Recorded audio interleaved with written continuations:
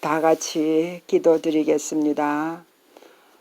사랑의 아버지 하나님, 수고하고 무거운 짐진 자들아 다 내게로 오라. 내가 너에게 쉼을 주리라고 하신 이 날에 우리가 예수님께 나와서 예수님만이 주실 수 있고 예수님 안에서만이 누릴 수 있는 참 안식과 쉼을 주셔서 감사합니다.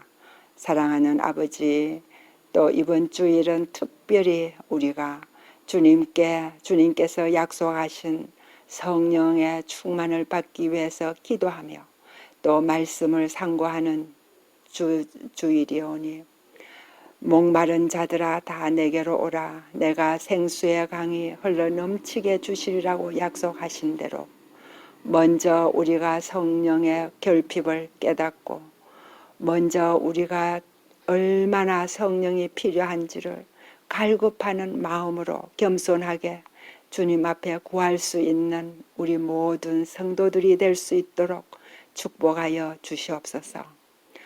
너희가 악할지라도 자녀들에게 좋은 것을 줄 알거든 하물며 하늘에 계신 아버지께서 구하는 자녀들에게 성령을 주시지 않겠냐고 간곡하게 주시기를 원하시는 아버지, 우리들에게 약속하신 성령으로 충만히 오셔서 우리가 전에 경험해보지 못했던 우리 주님의 그 희생과 그 사랑을 체험으로 알 수 있도록 도와주시옵소서. 아버지 하나님께서 어떠한 사랑으로 아들을 보내셔서 우리를 위하여 십자가에 돌아가게 하셨는지 그 희생과 그 사랑을 더 많이 느끼고 체험하고 깨닫도록 도와주셔서 우리가 참 그 큰 사랑과 용서를 받은 자녀들로서 우리 힘으로 사랑할 수 없는 사람들을 사랑하고 용서할 수 없는 사람들을 용서할 수 있는 성령의 사람들이 될 수 있도록 우리 모든 성도들에게 축복하여 주시옵소서. 이날 주님의 말씀으로 천지를 창조하신 그 말씀이 우리에게 선포될 때에 우리의 영혼이 다시 소생함을 얻고 재창조함을 받는 귀한 말씀의 능력이 성령님께서 함께하여 주시옵소서. 우리들의 연약함을 아시는 주님께서 우리 모든 성도들의 연약함을 하나님의 능력으로 채우시고 강건하게 하여 주시기를 간절히 바라오며 우리 주님 예수님 이름으로 기도드렸습니다. 아멘. 사랑하는 교우 여러분, 오늘은 벌써 4월 17일 안식일입니다. 우리 지금 40일 기도 우리 헌신 캠페인을 하는데 우리 잘 되어가고 있는지요? 우리 교회에서 12개 팀으로 나눠가지고 그 사도들이 12이 있고 또 족장들이 12이었습니까? 그래서 아주 좋습니다. 12개 팀으로 나누어서 우리가 4월 11일부터 40일간 우리 교회 부흥과 재림을 준비하기 위한 40일 기도를 하고 있습니다. 예수님께서도 40일 기도하시고 또 모세도 40일 동안 그 시내산에 올라가서 하나님의 계명을 받을 때 40일 동안 금식했습니다. 기도하면서. 그래서 우리가 40일은 성경에서 아주 의미 있는 그 숫자입니다. 우리 금년이 4월 4일이 부활절인데 제가 종래에 매년 부활절이 되면 이때를 맞이해서 예수님의 부활과 부활의 능력 이런 부활에 관한 설교를 했는데 이번에는 제가 기회를 놓쳤습니다. 우리 40일 기도 운동 때문에. 제가 얼마 전에 사도행전을 마쳤습니다. 근데 사도행전을 마치고 이제 로마서를 이제 거의 마쳤고 이제 신약은 고린도 전서를 시작하는데 제가 사도행전을 읽는 가운데 사도들이 베드로와 바울과 이 사도들이 사도행전 이후에는 편지서까지 포함해서 부활에 대한 그 이야기와 설교를 많이 했음을 알게 되었습니다. 그래서 사복음서에는 예수님의 희생과 십자가, 마지막 공생에 여기에 초점을 맞췄지만 그 후에는 부활이 그 기별의 중심이 되었고, 또 제가 또 오늘 글을 읽는 가운데 우리가 부활에 대한 설교를 자주 하는 것이 좋겠다 그런 글도 읽었습니다. 여러분들이 아시는 바와 같이 부활절은 매년 다른 날이 됩니다. 작년에는 2020년은 4월 12일이 부활절이었습니다. 그리고 금년은 4월 4일, 내년에는 4월 17일이 부활절입니다. 오늘 4월 17일이죠. 그래서 이게 왜 부활절이 이렇게 자꾸 변하냐 하면요. 그 전에는 부활절이 조금 여러 개가 있었습니다. 근데 325년 그 니케아 총회에서 이렇게 결정했습니다. 3월 21일 이후 만월이 된 첫 일요일을 우리가 부활절로 하자 이렇게 정했습니다. 사실 예수님의 탄생일과 부활하신 날은 아무도 모릅니다. 아마 하나님께서 일부러 그렇게 하신 것 같아요. 우리가 모르는 날을 정해가지고 이 크리스마스와 부활절을 지키는데, 그래도 굉장히 본래 의미보다도 상업적인 의미로 많이 전락을 해서 아마 하나님께서 가르쳐 주시지 않은 것 같아요. 또 이게 만일 크리스마스가 맞다면 6개월 후 5월 말이 부활절이 되어야 합니다. 왜냐하면 예수님께서 33년 6개월을 사셨으니까. 그래서 부활절도 또 크리스마스도 예수님의 탄생일도 다 정확한 날짜가 아닙니다. 그냥 사람들이 정해가지고 지키는 것입니다. 이교의 봄의 축제에 대한 것에 굉장히 관련이 많이 있습니다. 솔직히 말하면. 예수님께서 이 땅에 계실 때 죽은 사람을 살리신 예가 3번이 있습니다. 사복음서에 보면요, 나인성 과부를 살리신 기사가 누가복음 7장 11절로 17절까지 꼭 한 곳에 나옵니다. 나인성의 외아들 과부의 아들이 죽었을 때 아주 통곡하면서 울면서 장례 예식을 가면서 예수님께서 그 아들을, 청년을 살리셨습니다. 그 다음에 두 번째로 여러분들이 잘 아시는 바와 같이 사도 요한복음 11장 1절부터 44절까지 나사로, 마리아와 마르다의 오빠가 되겠죠. 나사로를 살리신 것이 요한복음 11장에 꼭 한 곳이 나옵니다. 그런데 오늘 제가 좀 여러분과 같이 생각하고자 하는 회당장 야이로의 딸, 외딸이라고 그랬습니다. 외딸, 이 딸을 살리는 기사는 성경의 마태복음 9장 23절부터 26절까지 나오고, 마가복음 또 5장에도 35절부터 43절까지 나옵니다. 마가복음에는. 그 다음에 누가복음에는 8장 49절부터 56절까지, 그 전에 40절부터 42절까지 약간 언급이 있다가 다른 기사가 나온 다음에 49절부터 누가복음 8장 49절부터 56절까지, 그래서 세 곳에 이 회당장 야이로의 딸을 살리신 기사가 나옵니다. 그래서 아마 이것이 복음을 기록한 저자들에게 굉장히 인상적인 것 같아요. 왜냐하면 다른 살리신 것은 누가복음 7장에 한번 나오고 요한복음 11장에 나오는데, 오늘 제가 여러분들에게 설교하려는 이 야이로의 딸 부활은 마태복음, 마가복음, 누가복음 세 곳에 다 나옵니다. 근데 신기하게도 마가복음이 굉장히 짧은 장인데 마가복음 5장이 가장 자세하게 기록되어 있습니다. 마태복음이나 누가복음보다. 그래서 제가 마가복음 5장을 본문으로 해서 여러분들에게 말씀드리겠습니다. 마가복음 5장 35절을 보면요, 이제 예수님께서 이로 오시다가, 회당장 집에 오시다가 다른 사람들을 고치고 몰래 예수님의 옷자락을 만져서 고치면서 하는 그런 여인도 있었고 또 다른 기사가 있었는데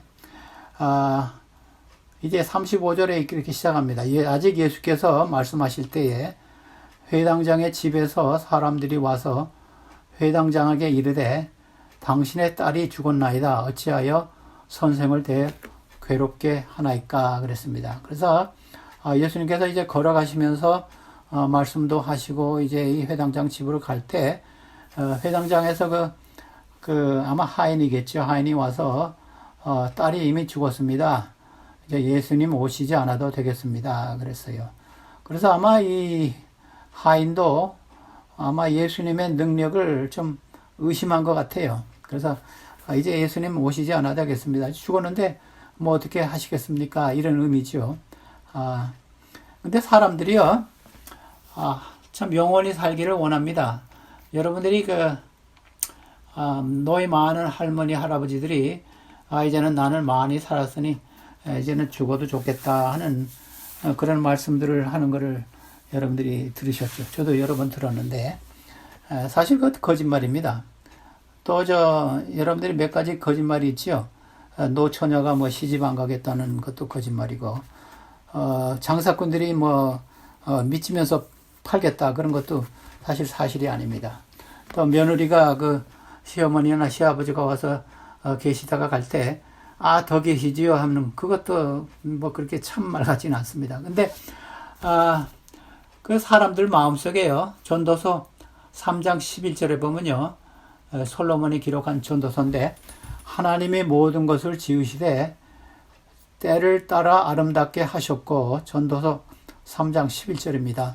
또 사람들에게는 영원을 사모하는 마음을 주셨느니라. 그러나 하나님이 하시는 일에 시종을 사람으로 측량할 수 없게 하셨도다. 그랬습니다. 그래서 여기 그 전도서에 사람들의 마음속에 영원을 사모하는 마음이 있다 그랬습니다. 그래서 죽기를 원한다 하지만 사실은 살고 싶다는 말로 우리가 해석해도 됩니다. 왜냐하면 사람들 마음속에 나는 영원히 살고 싶다 하는 마음을 하나님께서 각 사람 마음속에 넣어주셨다 그랬습니다. 36절 마가음 5장 36절에 예수께서 하는 말을 곁에서 들으시고 회당장에게 이르시되 두려워하지 말고 믿기만 하라 하시고 아마 예수님께서는 속삭이는 말을 들으셨다 그랬습니다. 그래서 예수님의 능력을 의심했지만 생명의 원천이 바로 옆에 계시는데도 이제는 불가능하다 그렇게 수군거렸습니다. 우리가 예수님이 우리 가까이 계시는데 어떤 때는 예수님에게 도움을 구하지 않고 낙담하고 또 사람들에게 도움을 구하거나 우리 스스로 일을 해결하려고 할 때가 굉장히 많이 있습니다. 그래서 여기 예수님의 생명의 원천인 예수님이 바로 옆에 계시는데도 예수님에게 요구하지 않고 근데 예수님께서 동정심이 많으신 예수님께서 서로 속삭이는 말을 듣고 회당장 하인과 회당장이 말을 듣고 하시는 말씀이 그 회당장에게 두려워하지 말고 믿기만 하라. Don't be afraid, just believe 그랬습니다. 그래서 우리 믿음의 중요성을 예수님께서 강조하셨습니다. 그 다음 절 37절에 보면요. 베드로와 야고보의 형제 요한 외에는 아무도 따라옴을 허락하지 아니하시고 이제 그 후에 보면 아마 이 세 제자 외에 부모들도 기적을 부활하는데 이 죽은 야일의 딸을 일으키는데 들어오게 했습니다. 그래서 이 말씀을 보면요. 제가 생각나는 게 하나 있는데 그 제자들이 많고 많은 또 따라오는 사람들이 있고 그런데 예수님께서는 우리의 필요를 채우시기를 원하시지 인기나 그 다음에 센세이션을 끌기 위해서는 절대 이적을 행하지 않으셨습니다. 근데 우리가 현대의 병 고치는 자들과는 굉장히 대조적입니다. 우리 현대의 병 고치는 자들을 보면요. 그 페이스 힐러라 그러죠. TV나 라디오에서 될 수 있으면 많은 사람들을 모아놓고 아주 흥분을 일으키고 자기에게 영광을 돌리고 이분은 병 고치는 사람이다 그렇게 하기를 원해요. 근데 예수님은 반대로 하셨어요. 자기의 세 제자만 들어오게 했다 그랬습니다. 그 누가복음 8장 기사에는 아이들의 부모도 허락했다 그랬습니다. 그래서 굉장히 개인적으로 프라이빗하게 이 병을 고치기를 원했습니다. 사람을 살리기를 원했습니다.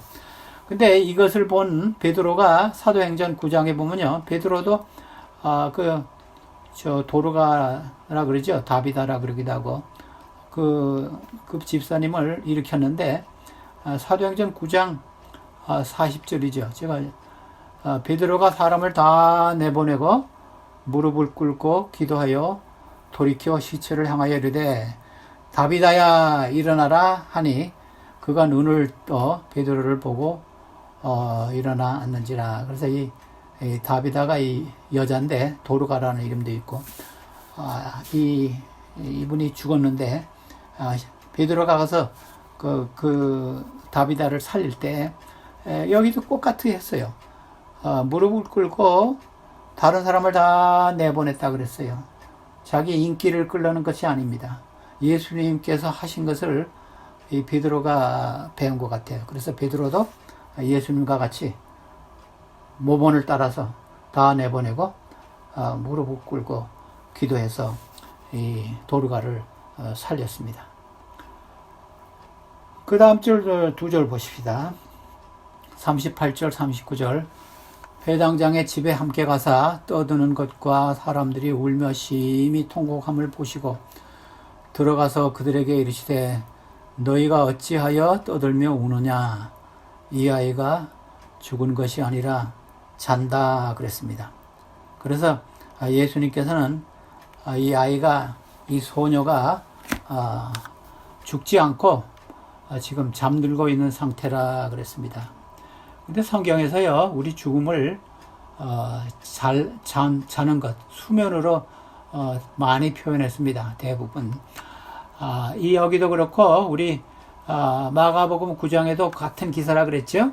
마가복음 9장에도, 마태복음 9장입니다. 마태복음 9장 24절에도요, 꼭 같은 기사인데, 이르시되 물러가라, 이 소녀가 죽은 것이 아니라 잔다 하시니 그들이 비웃더라 그랬습니다.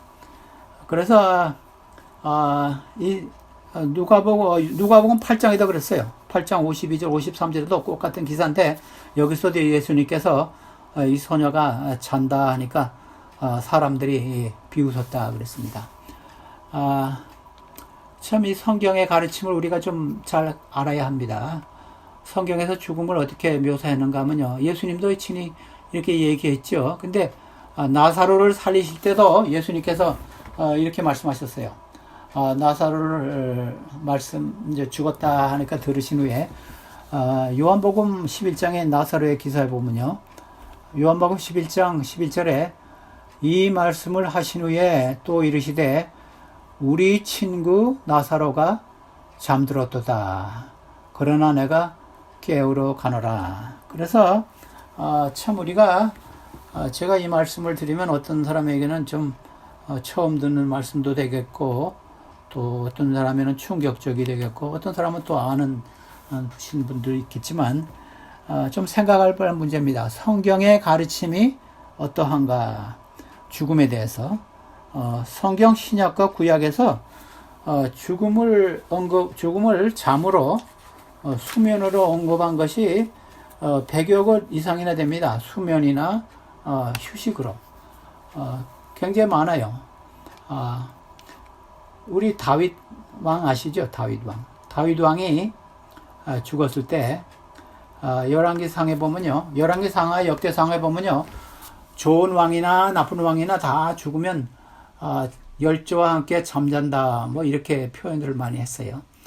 열왕기상 2장 10절에 보니까 다윗이 죽었어요. 다윗이 그의 조상들과 함께 누워 다윗성에 장사되니 그랬어요. 그래서 여기서 누워서 잤다. 근데 영어로는 rest, 잠잤다. 그래서 다윗의 성에 묻었다. 그랬습니다.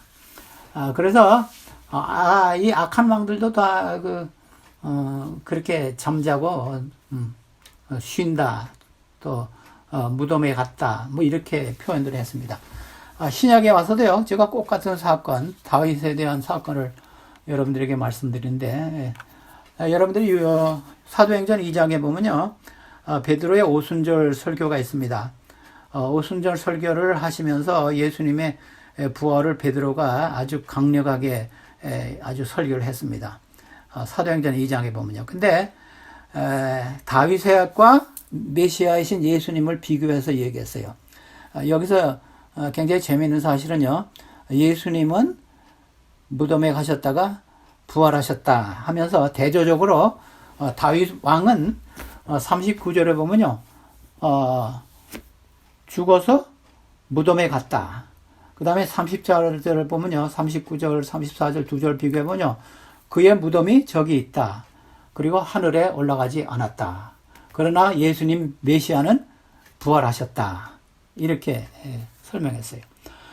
베드로가요. 근데 사도 바울도 똑같은 얘기 했습니다. 사도 바울도 사도행전 13장 36절, 37절은요. 사도 바울이 안디옥 교회죠. 안디옥에서 이게 설교한 그 내용입니다. 안디옥에서 이렇게 말했어요. 사도 바울이 다윗은 당시에 하나님의 뜻을 따라 섬기다가 잠들어 그 조상들과 함께 묻혀 썩음을 당하였으되 하나님께서 살리신 이는, 그러니까 예수님이죠. 썩음을 당하지 아니하였나니 그랬어요. 그래서 사도행전 2장의 베드로의 설교와 사도행전 13장의 사도 바울의 설교가 똑같이 같습니다. 다윗은 죽어서 잠들어서 장사되고 썩음을 당했지만은 우리의 메시아 예수님이시는 하나님께서 살리셔서 썩음을 당하지 아니하시고 부활하셨다. 이렇게 사도 바울이 얘기했습니다. 근데 다윗 자신도 그런 말을 했어요. 왜냐하면요, 다윗의 그 시편에 보면요, 시편에도 그 죽음에 대한 여러 가지 말씀이 많이 있는데, 사람이 죽으면 하나님을 찬양하지 못한다. 이것도 여러 군데 나오지만, 시편 6장에도 나오고, 또 146편에도 나오고. 근데, 특별히 그 다윗이 그 자기가 임종시의 그 소원을 말한 것이 있습니다. 그것이 시편 17편 15절인데, 여기 이렇게 말씀했어요. 제가 새 번역에서 읽겠습니다. 이게 번역이 조금 더 잘 된 것 같아요. 다윗이 나는 떳떳하게 주님의 얼굴을 뵙겠습니다. 깨어나서 주님의 모습을 배울 때 주님과 함께 있는 것만으로 내게 기쁨이 넘칠 것입니다. 그랬어요. 예, 깨어나서 그랬어요. 자다가 깨어나서. 그래서 영어로는 when I awake 그랬어요. 내가 이제 잘 텐데 자다가 부활해서 깨어나서 부활을 잠에서 깨어나는 것으로 묘사했습니다. 그래서 다윗 자신도 자기가 죽으면 곧 천당에나 천국에 가는 것이 아니라 자다가 주님께서 나를 깨우실 때 부활시키실 때 내가 부활하겠다 이런 확신의 기도를 하고 잠들었다 그랬습니다. 성경에 여러 군데요 이런 그 내용이 많이 있습니다. 갈라디아 제가요 이런 설교를 하면 어떤 사람들에게는 조금 거침이 되겠지만 저는 갈라디아 1장 10절에 사도 바울도 그랬어요. 사도 바울이 예수님의 부활을 증거하고 그 다음에 할례니 이런 유대인 예식이 틀렸다고 전도하면서 갈라디아 1장 10절에 보면요. 내가 사람을 기쁘게 하랴? 그렇게 할 수 없다. 내가 사람의 귀를 기쁘게 하려면 내가 하나님의 종이 아니니라 그랬습니다. 내가 참 것을 전해야 되겠다. 그러면서 그 갈라디아 1장 10절에 말씀했어요. 에스겔 18장에도요. 신구약에 다 같은 사상이에요. 에스겔 18장에 보면요. 악인에 대한 이야기를 하면서 이것이 두 번 나옵니다. 4절에도 나오고 20절에도 나와요. 18장 4절에 보면요. 나의 영혼은 모든 영혼은 나의 것이다. 아버지의 영혼이나 아들의 영혼이 똑같은 것이 나의 것이니 범죄하는 그 영혼이 죽을 것이다 그랬어요. 근데 영원히 죽는다 그랬어요. 영원히 뭐 살아서 뭐 천국 가고 지옥 가고 하는 것이 아니라 죽었다가 내가 깨울 때 부활 시에 일어난다 그랬습니다. 이것이 성경의 가르침입니다. 근데요, 근데 사실 사람이 죽으면 이 의식이 있다는 성경 말씀이 몇 군데 있습니다. 근데 성경을 해석할 때 여러분들이 이렇게 하셔야 돼요. 분명하고 많은 성경절을 가지고 약간 불투명한 애매한 성경절을 설명하도록 해야 돼요. 성경은 모순되지 않잖아요. 그래서 이거는 맞고 이건 틀렸다 이렇게는 할 수 없어요. 그래서 분명하고 똑똑한 많은 성경절을 가지고 불투명한 몇 개의 성경절을 해석하셔야 돼요. 조화를 이루셔야 합니다.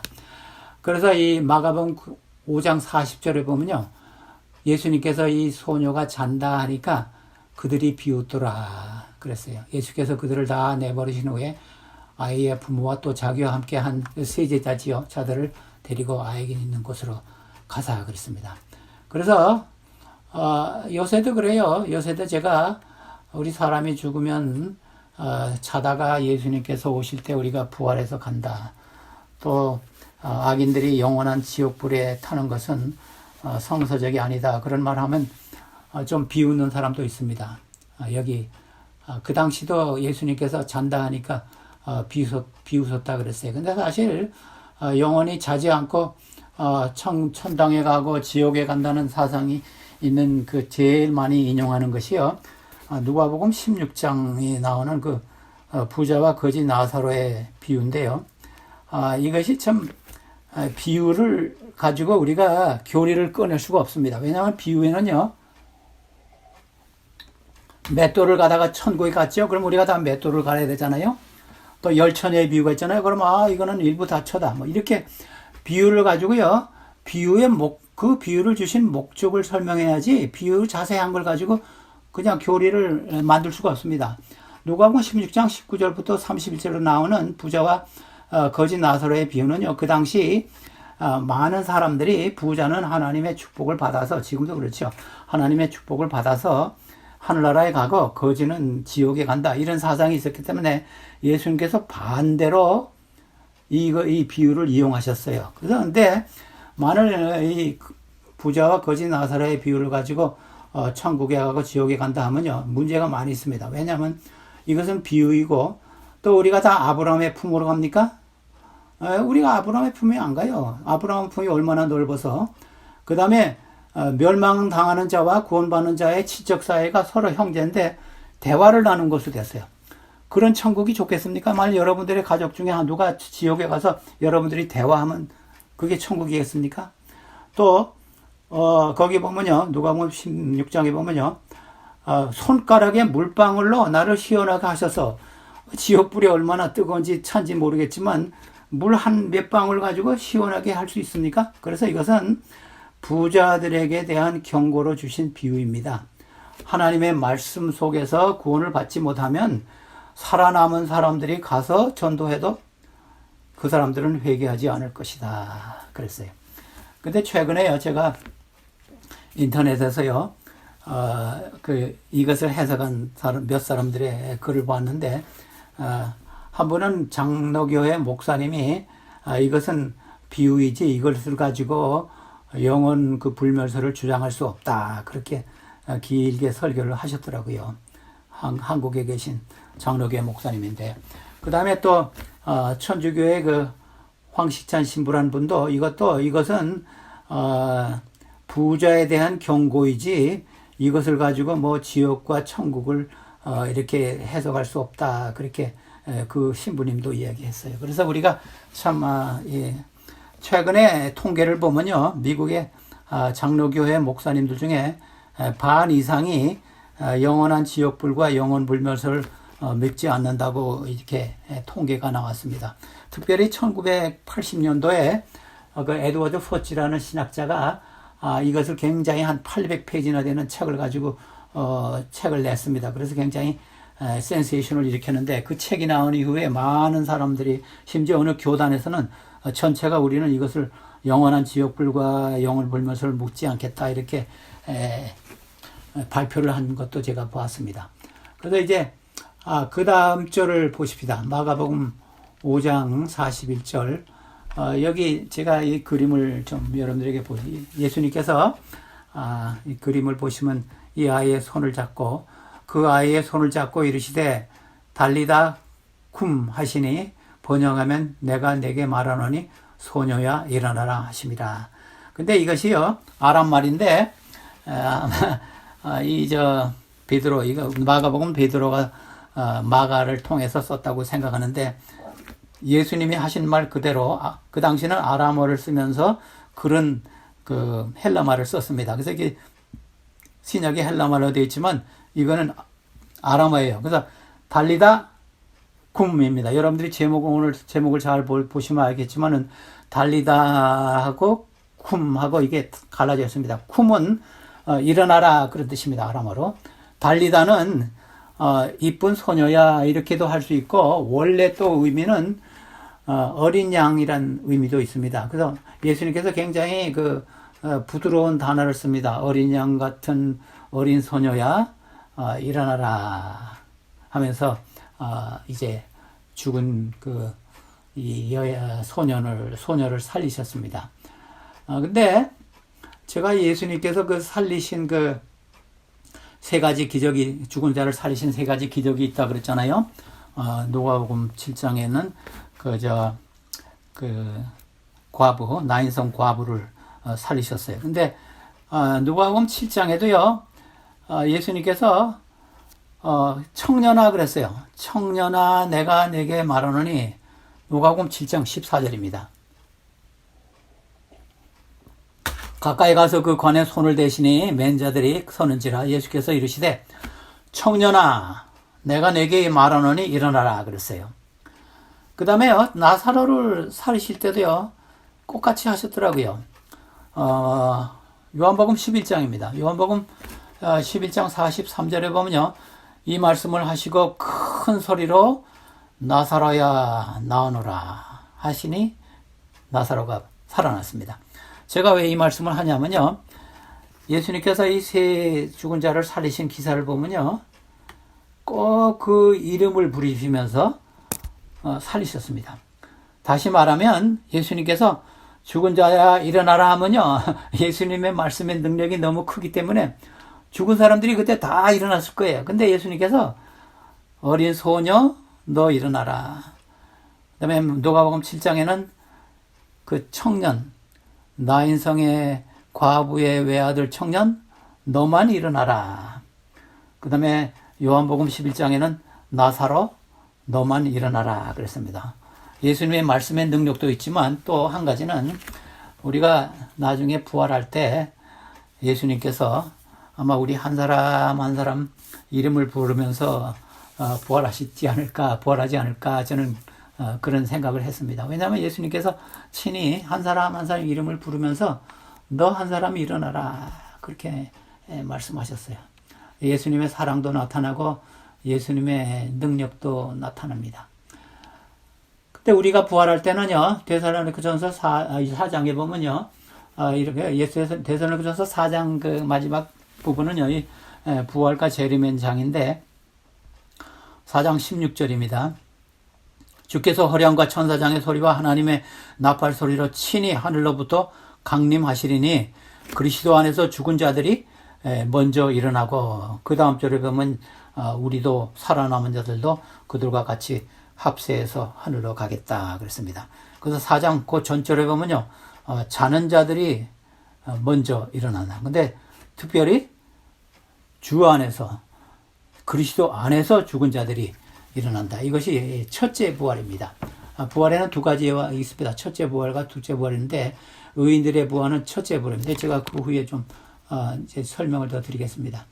그래서 그 다음 절에 보면요 마가복음 5장 42절에 보면요 계속해서 보면 소녀가 일어나니 일어나 걸으니 나이가 12살이라 사람들이 곧 크게 놀라고는 이 소녀가 일어나서 걸었다 그랬습니다. 이 왜 그러냐면 예수님의 그 부활시키는 것은 완전한 것을 의미합니다. 이 소녀가 일어나서 뭐 비틀거리고 뭐 겨우 살아났다 그거 하시는가. 완전히 일어나서 걸었다 그랬어요.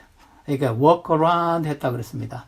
그리고 12살이라. 그래서 굉장히 실제적인 사실이다. 사실을 묘사하기 위해서 완전히 부활한 것을 묘사하고 예수님의 부활의 능력을 다른 사람에게 완전히 나타나서 사람들이 다 이분이 사람을 살리실 분이구나. 그래서 메시아구나. 이렇게 하나님이시구나. 이것을 알게 했습니다. 5장 그 마지막 절에 보면요. 5장 43절에 보면 예수께서 이 일을 아무도 알지 못하게 하라고 그들을 많이 경계하시고 이에 소녀에게 먹을 것을 주라 하시니라. 여기도 예수님의 부활하시는 것에 완전히 부활하신 것이 나서요. 그래서 소화기관이 잘 작동하는 것을 말했어요. 또 이 소녀가 정상 생활을 하라. 그래서 먹을 것을 주라 그랬습니다. 예수님께서 인기를 끌기 위해서 오시지 않았어요. 예수님께서 왜 조용히 하라 그러냐면요. 죄인을 영적인 죄인들을 구원하시기 위해서 오셨지 이렇게 죽은 사람 살리러 다니시기 오시지 않았다. 그런 의미로 아무에게도 알리지 말라 그랬어요. 그래서 정상생활을 하라고 또 먹을 것을 주라 그렇게 말씀했습니다. 근데요 요한복음에 보면요 요한이 예수님에 대한 설교를 기록하면서 부활에 대한 이야기를 했습니다. 요한복음 5장 29절에 보면요 두 가지 부활이 있다 그랬어요. 아까 제가 얘기했죠. 선한 일을 하는 자는 생명의 부활로 악한 일을 행하는 자는 심판의 부활로 나오리라 그랬습니다. 그래서 부활도 죽음도 첫째 죽음, 둘째 죽음이 있고 부활도 생명의 부활 또는 첫째 부활이라고도 했어요. 계시록에는. 그 다음에 악한 자에는 심판의 부활이라고 이게 두 가지 부활이 있는 것을 요한이 얘기했습니다. 예수님의 말을 인용하면서. 근데 같은 요한이요. 요한계시록 20장에 보면요. 거기도 거기는 다른 단어를 썼습니다. 여기는 첫째 부활에 참여하는 자는 첫째 삶, 그러니까 우리가 자연적으로 죽은 사람, 의인들이 죽어서 일어나는 것을 첫째 부활이랍니다. 첫째 부활에 참여하는 자들은 복이 있고 거룩하도다. 둘째 사망이 그들을 다스리는 권세가 없고 도리어 그들이 하나님과 그리스도의 제사장이 되어 천년 동안 그리스도와 더불어 왕노를 하리라 그랬습니다. 첫째 부활은 의인들의 부활입니다. 죽은 의인들의 부활. 그 다음에 둘째 부활은 둘째 사망을 위해서 부활하는데 악인들이 부활해서 둘째 사망이 됩니다. 그것은 영원히 불의 멸망, 완전히 소멸하는 불의 멸망으로 죽게 되는 것입니다. 그래서 여기 여러분들이 첫째 부활에 다 참여하셔야 됩니다. 첫째 부활은 참여하는 자는 복이 있다 그랬습니다. 근데 둘째 부활에서 둘째 사망에 가는 사람들은 악인들이 둘째 부활과 둘째 사망이 있는 것입니다. 이 부활의 이야기를 하면 제가 생각나는 이야기가 하나 있습니다. 제가 이 미국에서 신학교를 다닐 때, 대학원 다닐 때 우리 교수 중에 유명한 교수가 한 분 있었습니다. 근데 이분이 대드린 교수인데 지금은 은퇴하셨죠. 근데 이분이 이런 이야기 하시더라고요. 자기에게 유명한 미국의 독일의 유명한 세 신학자가 있었습니다. 볼트맨하고 브루너하고 에밀 B로 시작하는 세 신학자가 있었어요. 근데 에밀 브루너 같아요. 이 선생님이 이야기하신 분은. 근데 자기 강의 시간에는요, 예수님의 부활을, 이분이 예수님의 부활이나 우리들이 나중에 부활하는 것은 하나의 신화지, 소망을 주기 위한 것이 사실이 아니다. 그렇게 강의 시간에는 설교를 하더라고요. 강의를 했대요. 근데, 그 교수님을 따라서, 마을에 가서 교수님의 설교를 듣는데, 부활이 있는 것 같이 열심히 설교를 하시더래요. 그래서, 다시 자기가 개인적으로 물었대요. 교수님, 우리 클래스에서는 부활을 부정하시면서 왜 저 마을에 가서는 왜 부활을 그렇게 하실같이 강조하십니까? 그러니까 이 유명한 그 신학자가 슥 웃으면서 저기 있는 사람들은 무식하잖아. 그래서 내가 그렇게 말했다. 그렇게 말씀하셨대요.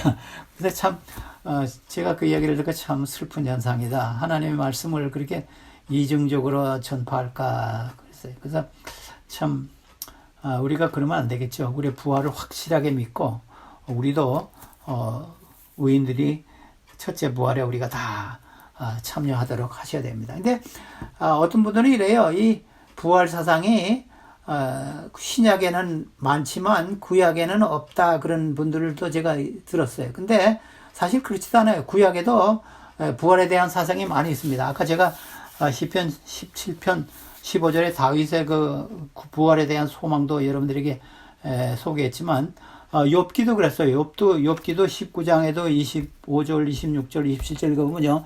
욥도 부활할 것을 굉장히 사모했어요. 근데 오늘은 제가 욥 14장 말씀을 여러분들에게 소개해요. 욥 14장에 보면요. 14장 12절인데 사람이 누우면 다시 일어나지 못하고 하늘이 없어지기까지 눈을 뜨지 못하며 잠을 깨지 못하느니라. 그래서 여기 부활의 아침에 재림의 날에 까지 자고 있다. 이런 사상을 여기 말씀했어요. 이 말씀을 베드로 후서에 베드로 후서죠. 3장에 이 베드로가 이 말씀을 인용했어요. 이 부활의 날에 재림의 날에 하늘이 없어지고 천지가 없어진다. 그런 말씀을 바로 이 말씀을 인용하셨습니다. 그다음에 이사야도 그 부활의 사상을 말씀해요. 이사야도 여러 군데 있지만 제가 한 절만 소개해 드리겠습니다. 이사야 26장 19절인데 주의 죽은 자들은 살아나고 그들의 시체들은 일어나리이다. 티끌에 누운 자들아 너희는 깨어 노래하라. 주의 이슬은 빛난 이슬이니 땅은 죽은 자들을 내어 놓으리로다. 그랬습니다. 그래서 이사야도 이 사람들이 죽으면 자다가 부활의 날에 하나님께서 일으키실 때 일어난다. 그랬습니다. 이 말씀을 에베소 5장 14절에 인용했습니다. 사도 바울이. 그 다음에 또 호세아에도요. 호세아도 이미 유명한 말씀인데 내가 그들을 스올에 이거는 스올은 무덤입니다. 내가 그들을 스올의 권세에서 속량하며 사망에서 구속하리니 사망아 내 재앙이 어디 있느냐 스올아 스올은 무덤아 내 멸망이 어디 있느냐 뉘우침이 내 눈앞에 숨으리로다 그랬습니다. 그래서 이 호세아도 다윗도 욥도 이사야도 창세기도 또 있습니다. 창세기도. 그 다음에 다니엘도 12장 2절에 보면요. 부활에 대한 이야기 했습니다. 에스겔도 37장에 부활에 대한 이야기 했습니다.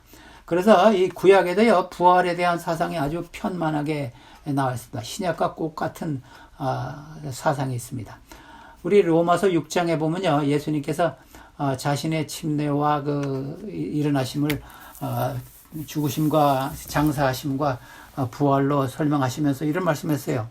만일 우리가 그의 죽으심과 같은 모양으로 연합한 자가 되었으면 또한 그의 부활과 같은 모양으로 연합한 자도 되리라 그랬습니다. 그래서 우리가 예수님의 죽으심과 부활하심과 같이 우리도 예수님과 같이 연합하면 예수님을 믿으면 예수님과 같은 모양으로 부활하겠다. 그래서 굉장히 확신을 주는 말을 했습니다.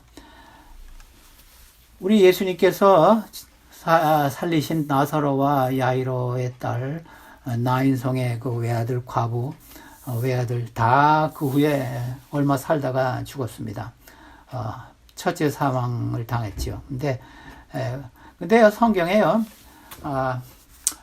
이런 말씀이 있습니다. 우리가 하나님을 믿되 사도 바울이 그런 말씀했어요. 고린도후서 1장 9절에 보면요.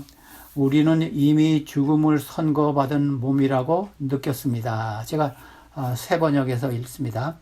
그렇게 된 것은 우리 자신을 의지하지 않고 죽은 사람을 살리시는 하나님을 의지하게 하기 위함입니다. 그랬어요.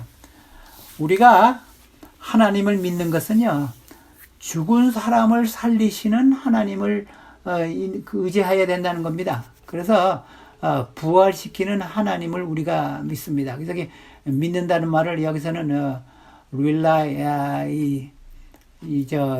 on이라 그랬는데 이거는 NIV인데 킹 제임스에는 trust다 그랬습니다. 우리가 부활시킬 수 있는 하나님을 믿으십시다 그랬습니다. 제가 요한복음 11장에 다시 돌아가서 나사로를 살리시는 그 기사에서요. 아까 예수님께서 이런 말씀했습니다. 예수님께서 마르다에게 이렇게 말씀했어요. 나는 부활이요 생명이니 나를 믿는 자는 죽어도 살겠고 무릇 살아서 나를 믿는 자는 영원히 죽지 아니하리니 이것을 내가 믿느냐. 예수님께서 마르다에게 이 말씀했습니다. 나는 부활, 이 부활이 생명이니 이걸 하나로 연결해야 됩니다. 나는 부활, 즉 생명의 원천이다. 그래서 나를 믿는 사람은 죽어도 다시 부활하겠다 그랬습니다. 또 살아서 믿는 사람은 영원히 죽지 아니하리라. 마르다야, 내가 이것을 믿느냐. 예수님의 질문을 여러분들에게 제가 한번 던져봅니다. 예수님의 질문을 여러분들이 한번 예수님에게 각자 여러분들의 이름을 부르면서 나는 부활이요 생명이니 나는 생명의 원천이니 나를 믿는 자는 죽어도 살겠고 또 살아서 나를 믿는 자는 영원히 죽지 아니하리라. 이것을 여러분들이 믿습니까? 제가요, 이 설교를 이제 마치면서요, 그 부활장이 그 고린도전서 15장입니다. 여러분들이 부활에 대해서 좀 더 아시고 싶으면요, 고린도전서 15장을 좀 한번 읽어보세요. 15장 전체가 58절까지 있는 굉장히 긴 장인데, 이 참 훌륭한 장입니다. 근데 제가 1절부터 58절까지 읽었으면 좋겠는데, 마지막 몇 절만 여러분들에게 읽고 말씀을 마치겠습니다. 고린도전서 15장 51절부터 58절입니다. 보라 내가 너희에게 비밀을 말하노니 우리가 다 잠잘 것이 아니요 마지막 나팔의 순식간에 호련히 다 변화되리니 나팔 소리가 나매 죽은 자들이 썩지 아니할 것으로 다시 살고 우리도 변화되리라. 이 썩을 것이 반드시 썩지 아니할 것을 입겠고 이 죽을 것이 죽지 아니함을 입으리로다. 이 썩을 것이 썩지 아니함을 입고 이 죽을 것이 죽지 아니함을 입을 때에 사망을 삼키고 이기리라고 기록된 말씀이 이루리라. 사망아 너의 승리가 어디 있느냐? 사망아 내가 쏘는 것이 어디 있느냐? 사망에 쏘는 것은 죄요 죄의 권능은 율법이라. 우리 주 예수 그리스도로 말미암아 우리에게 승리를 주시는 하나님께 감사하노니 그러므로 내 사랑하는 형제들아 견실하며 흔들리지 말고 항상 주의 일에 더욱 힘쓰는 자들이 되라. 이는 너희 수고가 주 안에서 헛되이 않을 줄을 알미라. 아멘. 감사합니다.